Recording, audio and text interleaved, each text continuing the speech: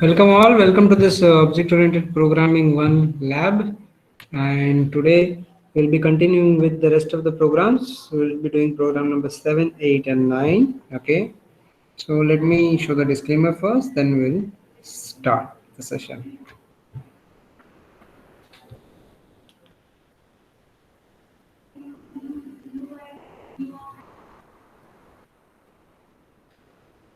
Okay, so let's now start the session, and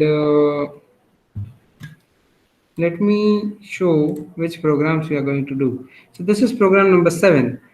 What is it? Assume a vehicle plate number consists of 3 uppercase letters, okay, and followed by 4 digits. What does it want? It says that there should be a vehicle plate number which should contain 3 uppercase letters, and it should be followed by 4 digits.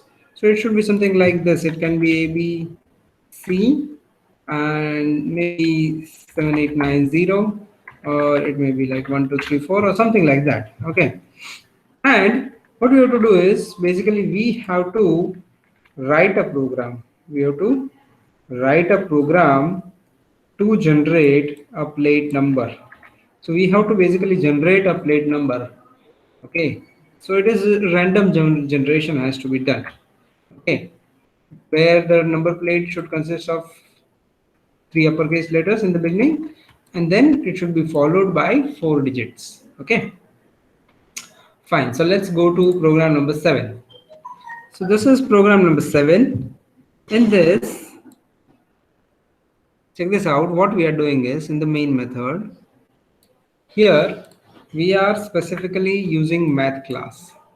Okay, and we'll be generating the number plate into a string form.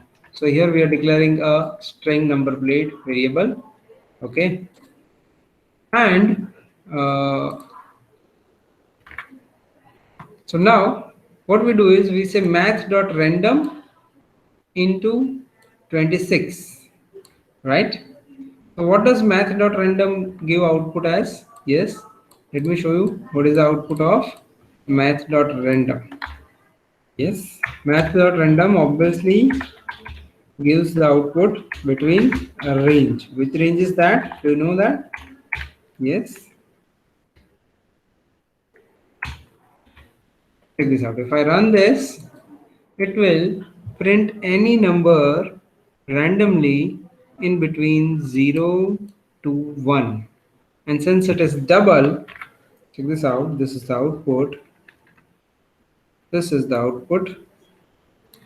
And you can see the range in the decimal point since it is a double value. Okay, the range after the decimal point is so big, right? So, and if we again run it, let me show you. If I again run it, it may be some different number. Again I run it, it may be some different number. So these numbers are generated randomly.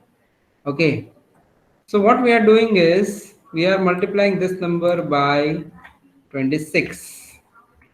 We are multiplying this number by 26. So let me show you what happens when we multiply it by 26.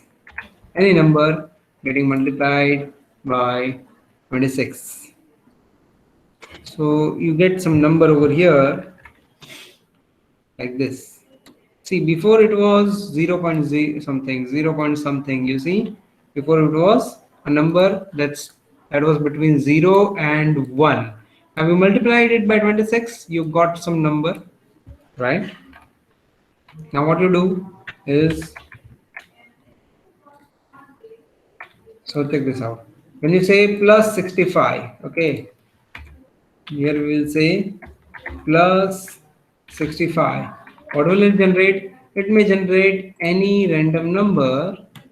Okay, so check this out. It is 66. The answer is 66. Okay, and if I again run it, the answer will be something like this 74. Okay, so see what happens is, here basically we generate a random number, which is between 0 to 1. Okay, we multiply it we multiply it with what? With number 26, and whatever be the result, right, we add it, we add to it number 65. Why 65? Because we want capital letters, and capital letters start from A, capital A, which is nothing but 65. And why 26? Because there are 26 letters in between A to Z. Understand? We took this 26 number because there are 26 letters from A to Z. So any number, any numbers, we want any numbers uh, ASCII code. So what we do is multiply it by 26. So it will appear any number in up to 26, right? Any number will be there, and so once that is the result is there, we add it to 65. So if this 0.1, sorry, this random would generate a 0, and if that is multiplied by 26, the result will be 26. And if, sorry, 0, it will be 0. 0 into 26 is 0. And if we add it to 65, then obviously the number will be what? It will be A, capital A, right? So in this way, we will get what? We will get ASCII characters. We'll get the number of the ASCII characters. Okay. So let me just remove this. Okay. So now take this. What we are doing is over here, we are saying math.random into 26 plus 65. So first this operation happens, then whatever the result, that is added with 65, and then whatever number you get, that number is basically cast into a character. So if it's a valid ASCII number, ASCII code, if it's a valid ASCII code, then you obviously get a character value. What you do after that, you are also concatenating it to an empty string. So what happens? This is a bigger data type. The string is a bigger data type, whereas whatever result you get from here is nothing but what? It is the character data type. So obviously the concatenation happens and the result is converted into bigger data type, that is string. Okay, so we finally get a string. Obviously there is only one character in that string, but that is in the string form. So that character gets added to this number plate. Let's say there might be some, let's suppose that there is some character added like H. Then what happens? Then we say again, we say number plate is equal to number plate plus equal to. Now what is number plate type? It is string. So when we say plus equal to, what happens? It will concatenate the string with some other string. So here we are giving a character. So the string is getting concatenated with the character. And what character do we generate? So here also we use math.random multiplied by 26, and the result is added to 65, and whatever be the number that is converted into character, so we assume that that is from 65 to the from, that is from capital A to capital Z. Okay, and then if you convert it character and then you concat it with this number plate. So let's suppose that this second line generates a particular character like J. Okay, and then again what you do, again you generate a new character. Again you use math.random, you multiply it by 26 and add it to 65, and you convert it into a character, and then you concat it with the number plate, which is nothing but currently HJ. Let's say it generates letter A. So it has generated what? It has generated a number plate. only half of the number plate has been generated still till now. So now what we do is check this out. Now we are, we are using a very intelligent technique over here. We say math.random. We know that math.random gives us a long number after decimal point, right? Since it is double. So we first convert it into a string by simply saying math.random and concatenating with an empty string with that number. So obviously what happens, see, this is string data type. This is double data type. Okay. One is what? One is string data type. Another is what? Another is double data type. So what does it get converted into? The operation gets converted into string data type because that's a bigger data type, right? So this empty string concatenated with math.random. Suppose this math.random generates a number like this, 0.55656 9872315 Suppose this is a number generated, right? So what becomes, this whole number becomes a string. Okay, when you concatenate with a empty string, then on that empty string, what do we say? We say dot substring. So that on that string, since that now this value has become a string, we say that generate a substring in between 3 to 7. Okay, so we first ignore this some starting values, and then we start from location 3, and then we get about up to 7, that is up to 4 numbers out of these. Okay, so when those 4 numbers are there, we take those 4 numbers as string. Check this out. This is math.random, concatenating it with an empty string and putting it into a bracket means this is the whole string. Then you make a substring out of it, okay, and then you simply do what?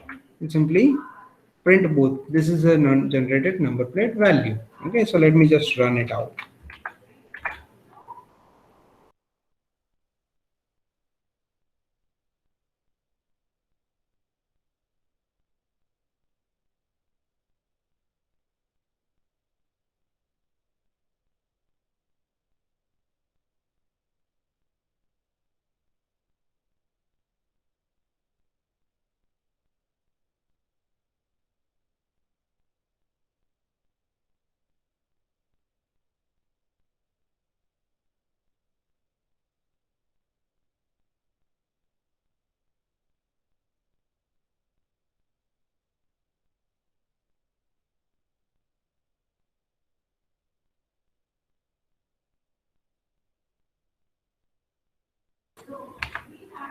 You see, so this is how it gets generated. First we ran and it gave us a value like OOB, then LCO 9927, then this HKV 7276. So it is not necessary that it will give you the same number plate number or combination every time. Understand? We just simply run it and we get any gives the output generated number plate value is this. Okay, so now we simply do what? We simply generate 3 digits and first simply generate 3 characters and concat with each other, and then we generate a number. Out of that we get a substring, and we get a substring such that there are 4 numbers inside it, and then we concat it with the number plate value, and then simply display it out. Okay, there are other ways also of generating it. You can try it out. I will just put it over here. You can try to play with it. Okay, fine. So that was our program number 7. Now let's go to program number 8. Program number 8 says that we have to write a program that reads an integer and displays all the smallest factors in increasing order.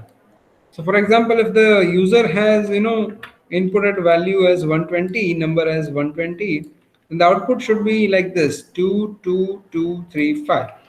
These are the factors, right? So what happens? This is like 2 into 2 is 4, into 2 is 8, into 3 is 24, into 5 is equal to 120. Okay, so you should get this numbers in this sequence. Okay, if user enters 120. It's not that you get this every time, because it depends on the number that the user enters, right? So you have to read an integer and display all its smallest factors in increasing order. Okay, so let's go to that particular program and see. Let's see, check this out. This particular program, right here, what do we do is, here first we use the scanner object so that we can read the input from the user. Okay, then we put a message, enter the number. Okay, and we read it by saying input dot next int. So we read an integer directly from the console and put it into this integer variable. Okay, now what we do is we say factors of this number are, factors of a are, and then we use a for loop. So what do we do in for loop? See, this is important. Here, check this out. In this for loop, you can see that there are three regions, but out of which only two have been filled. One is the declaration part, where we say int I equal to 2. So we start the index of the loop from 2. Then there is a condition whether a is greater than 1 or not. Okay, and then in the increasing or increment portion, there is no part. Why? Because we might be incrementing it inside the for loop itself. Okay, so what do we do? What is the number? Number is entered by user. Let's suppose that that number is 120. Okay, and now we say, is 120 greater than 1? Obviously it is greater. So it enters into the for loop, and then we say if a modulus I. Now what is this? Let me show you. So it is something like this. See, we should be getting, basically, when we say 120, right? So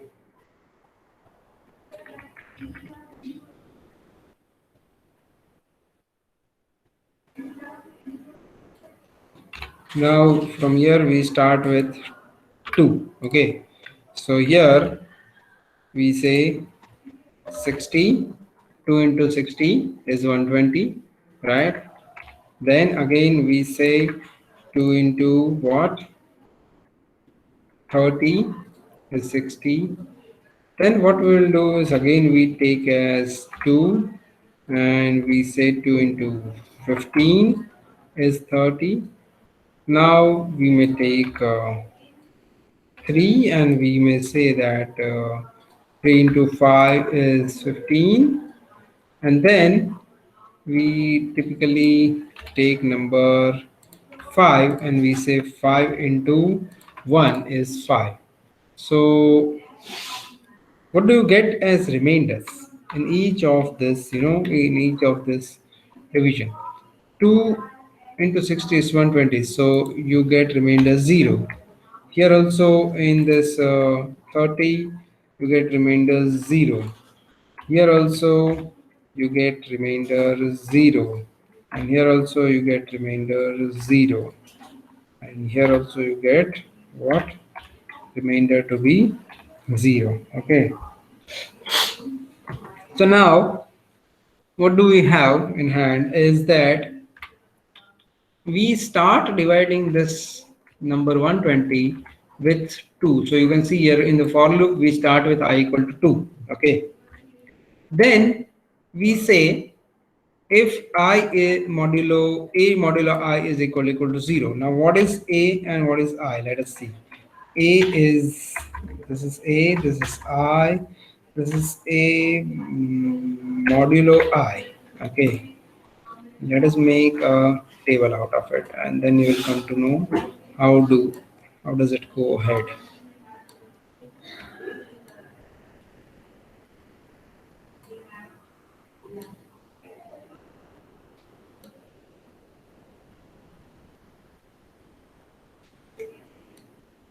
Okay, so now here we start with a is equal to 120 and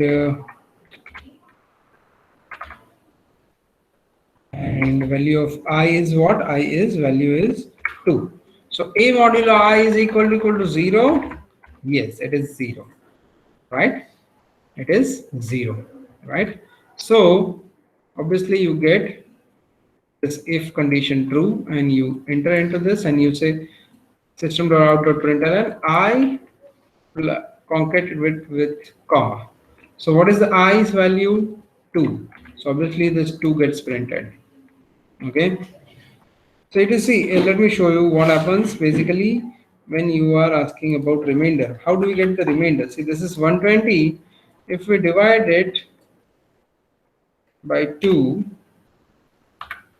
then from here we can say this 2 into 60 is equal to what? 2 into 60 is equal to 120. And so that's why what do we get as a remainder? We get as a remainder as 0. So when you typically say that 120 divided by 2, what do you get? You get 60. And when you say 120 modulo 2, what do you get? You get 0. So this 60 is nothing but this is how you get 60, and the 0 is nothing but this remainder. 60 is the quotient and 0 is the remainder. Okay, so we want the remainder. So that's why we say a modulo I equal to 0. And yes, it is 0. So the control enters into this, in this if condition, and it prints what? Let me show the output over here. Output is what? Output over here is 2. Okay, let's make an outputs column. Okay, now what we do is a is equal to a divided by I. So what happens? What is value of a? 120. What is the value of I? 2. So 120 divided by 2 gives what? 60. So here now in the next iteration, the value of a becomes what? 60. Okay. And here we write as 60. And now if we check what is the value of i's value is currently 2 only. It has not been yet incremented. You can see that i's value was not at all incremented. It was incremented in else part. So we say 60 divided by 2, or sorry, 60 modulo 2. In the next iteration of for loop, we say 60 modulo 2. What does it give? 60 modulo 2. It also gives what? 0. So we give the output as what? We give the output now as now the output gets printed is like this. See, already 2 is printed there, right? And now the new output is again 2 comma. Okay, I forgot just to put a comma here. Okay, now this is the new output. Okay, now in the next iteration, what happens? In the next iteration, okay, now again see here the i's value has not been incremented. So in the next iteration, the i's value is as it is 2, right? But what is the value of a? A's value becomes 60 divided by 2. So that becomes what? 30, right?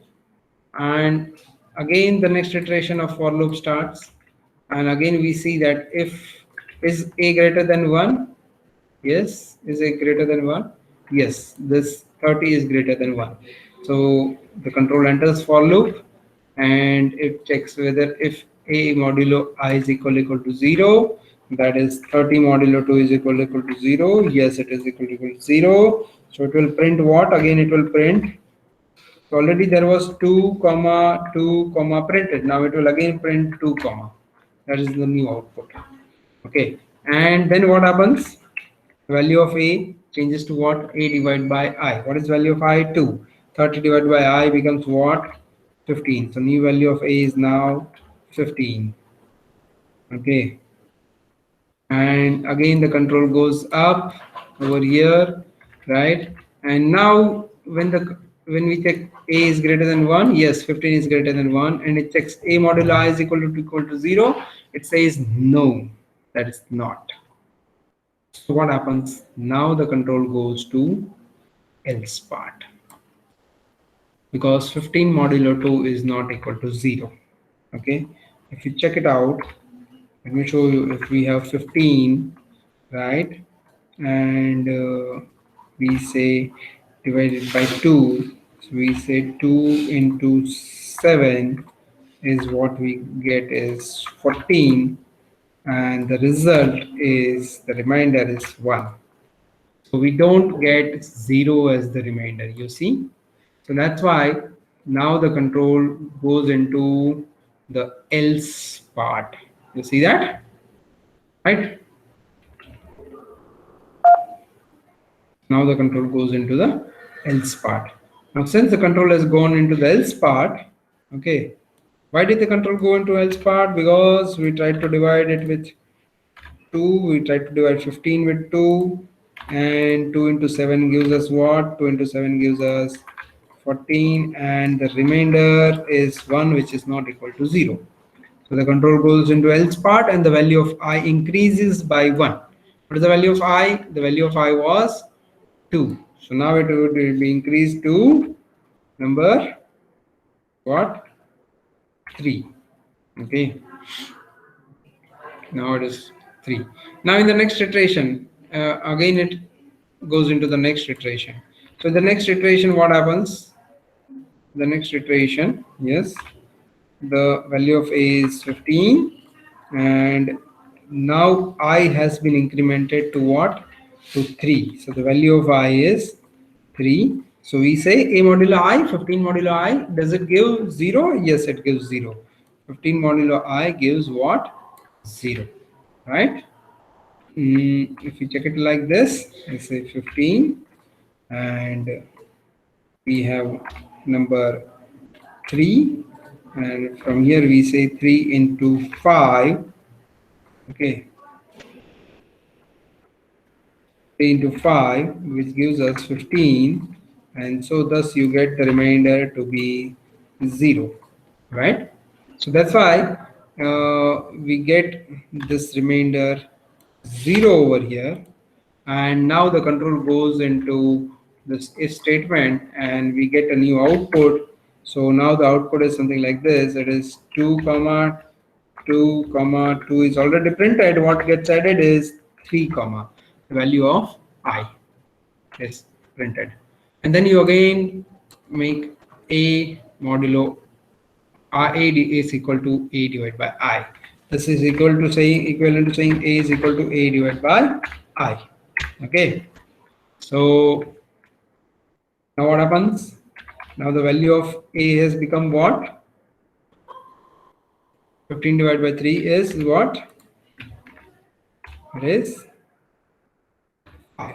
And now we say 5 modulo 3, that will not give us 0. So what happens?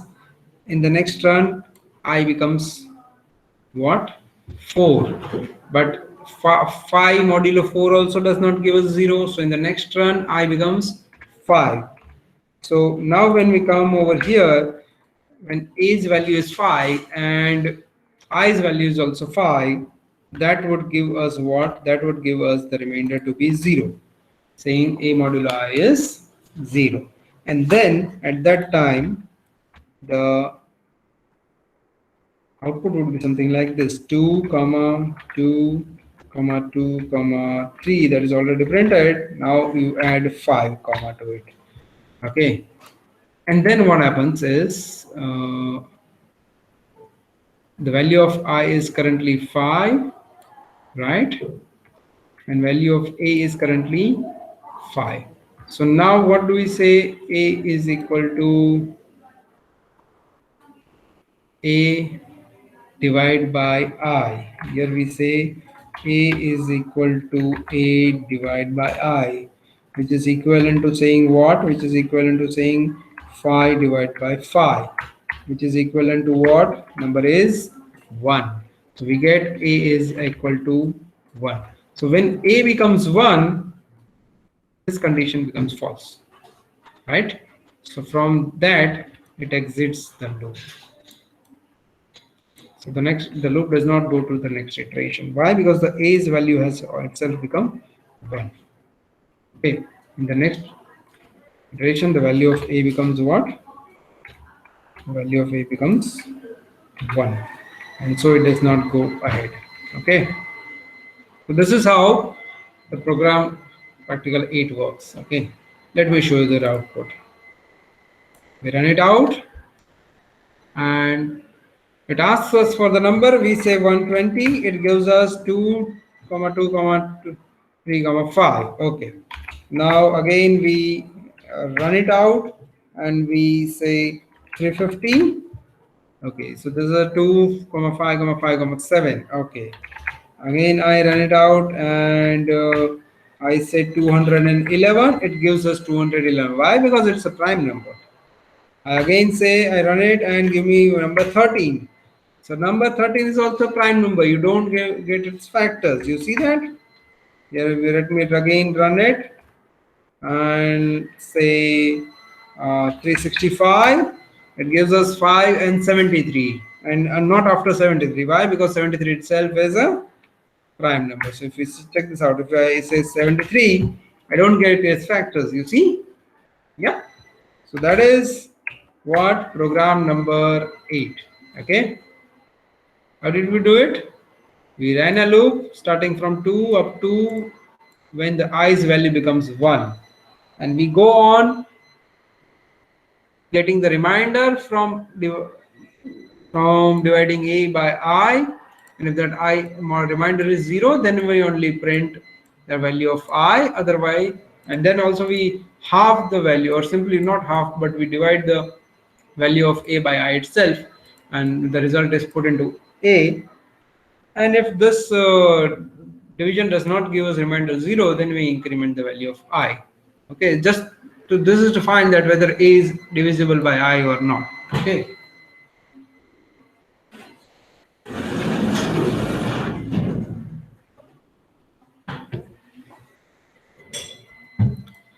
Okay, so that was program number 8.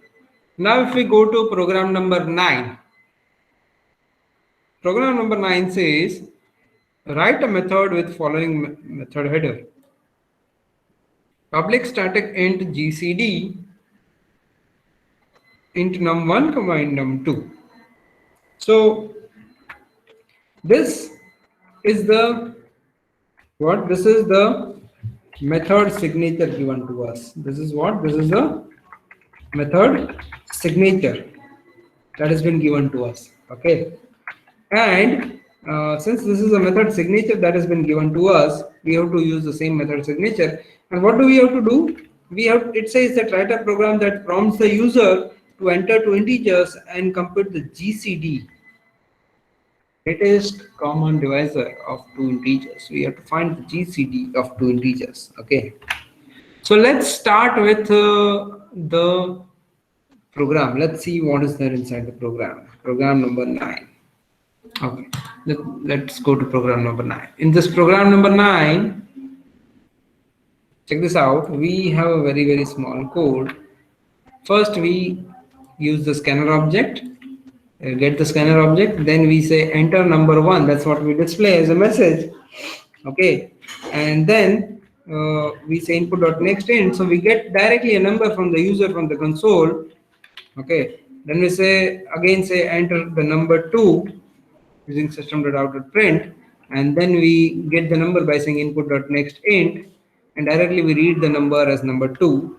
So we read 2 numbers. Out of these, what do? We read 2 numbers from the user. Okay, that's what we do. And then what do? We pass both the numbers. We pass both the numbers to this GCD method. Okay, So now let's see what happens inside the GCD method, right? So let me see, this GCD will give you a result. Okay, will give you a what? A result. This GCD will give you some result. Okay, so we want to find the greatest common divisor, right? A common number that is able to divide both these numbers, number 1 and number 2. Okay, right? So check this out. This is the GCD method. What does it do? Let's see that.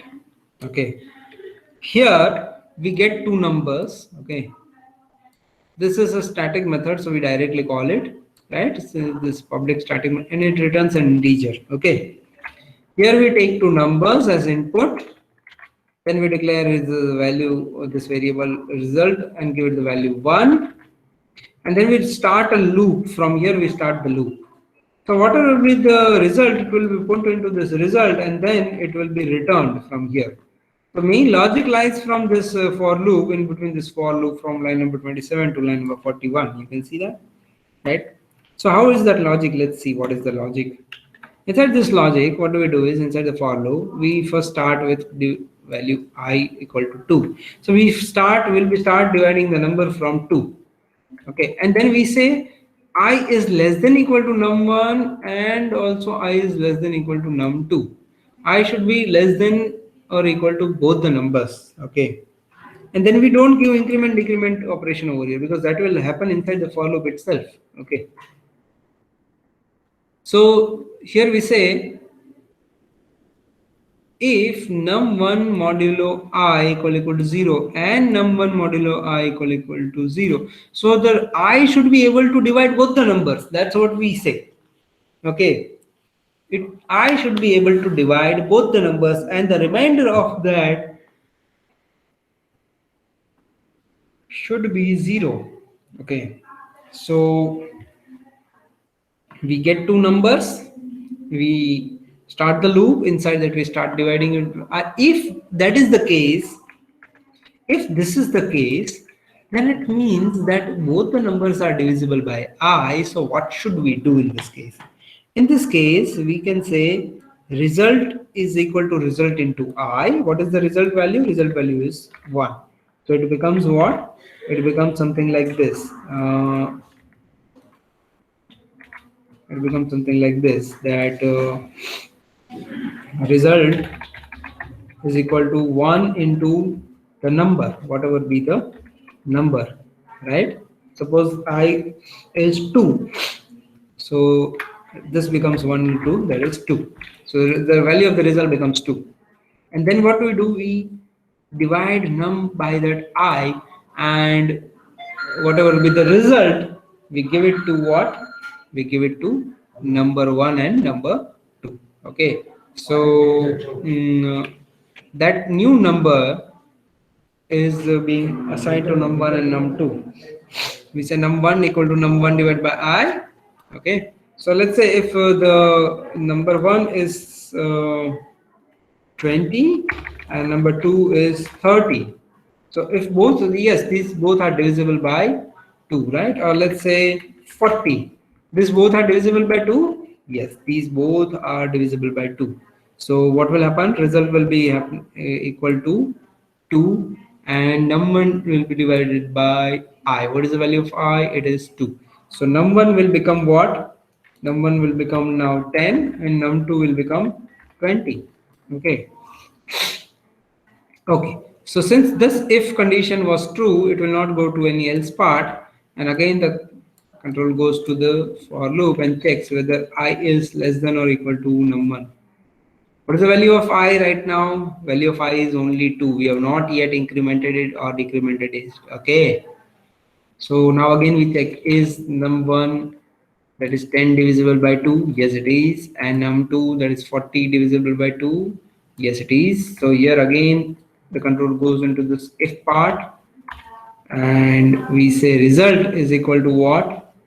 2 into what was the value of I? Values of I is again 2. So he said 2 into 2 is equal to 4. Okay, and then we reduce the number num1 divided by I. What is the value of I? It is still 2, right? So num1 is 10 divided by I is 10 divided by I is 5, 10 divided by 2 is 5, and 20 divided by 2 is 10.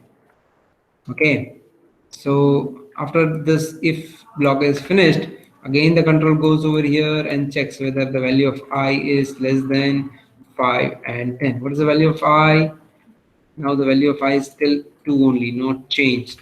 So yes, that is true. So it will go inside. It checks whether num1 and num2 are divisible by I or not. Well, in this case, num1 is not divisible by I. What is num1? That is 5. So that is not divisible by value 2. So the control will not go into this if part. Now where does the control go? Control checks, now the control goes to else if part and checks whether the num1's value is divisible by I. Well, 5 is not at all divisible by 2, so the control will not even go over here. It checks whether num2 is divisible by I. Yes, it is. Num2 is what? 10. 10 is divisible by 2. So it goes inside this and it says divide num2 by I. So now what happens in the next, in this iteration, the value of num1 is 5 itself and value of num2 becomes what? 10 divided by 2 is 5. Okay. Now since this if part has been executed, it will not go to the else part, and again the control goes over here and it checks whether I is now less than num1 num2. What is I? I is still 2 only, and it is yes lesser than number 5. So it goes ahead, it checks whether it is divisible, whether both these numbers are divisible by 2. No, it is not. One by one it checks whether any num1 is divisible by 2. No, num2 is divisible by 2. No. Okay, then let's increment I. Since it is not able to divide any of the two numbers, so now let's increment I. So the value of I becomes 3. Then it checks whether it is able to divide these two or not, any one of it or not. If not, then again the value of I gets incremented.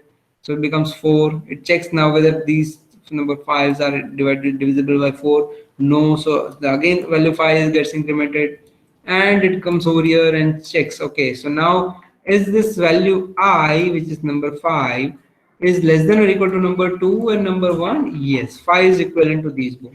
So obviously we'll be able to what? We'll be able to go into the for loop, at least into the for loop, right? So in this, it goes inside the for loop, and then we try to divide it by value 5, and obviously this gives us what? 0. Number 1 is 5, which is modulo one, say number 1 modulo I, so 5 modulo 5 gives us 0, and num2 is also 5, so again 5 modulo 5 gives us 0. So obviously now it enters this if block, and here we say result is equal to what? What was the result? Actually result was 4. So now the result is 4 into what? 4 into what is the current value of I? I's value is 5. So 4 into 5 is equal to 20. Okay. And then we divide what? And then we divide num1 and num2 by I. What is num1 and num2? Num1 is 5. So 5 by divided by 5 is 1. And num2 is 5 divided by 5 is again 1. So that's it. Now here we get the value 1 1, and in the next time if you see I is 5 and num1 and num2 are 1, so that this condition becomes false, and thus the control jumps out of the for loop, you see, and we get the GCD as 20, right? So let's check this out. Let's check this out by running this program. What do we get the output as? So whatever will be the result, it will be returned from here. It will be assigned to this variable result, and then we print it. We say GCD of num1 and num2 is this result. Okay, so let me run it out. Check this out. We say enter number 1, value is 20. It asks enter number 2, we say number 40, and it gives us the GCD of 20 and 40 is 20. You see that? Again, run it out, and so number 1 is 50 and the number 2 is, let's say, 30. So the greatest common divisor is 10. You see that? Yes. Again, turn it out. I say 125, and now I say 45, and the greatest common divisor is 5. You see that, right? So this is how we basically run the program. So this was our ninth program, right? This was our ninth program. Okay. So any doubt at all, please do let me know in these three programs. First, we saw what? First, we saw program number 7, which was generate a vehicle plate number, which consisted of three uppercase letters and followed by 4 digits. Then the program was to display the smallest factors in increasing order for a number that would be read by the from the user, and the last one was to find out the GCD of two numbers and print it out. Okay, so any doubt in this, please do let me know. Okay, I'll stop the recording and when we can have interaction. Okay.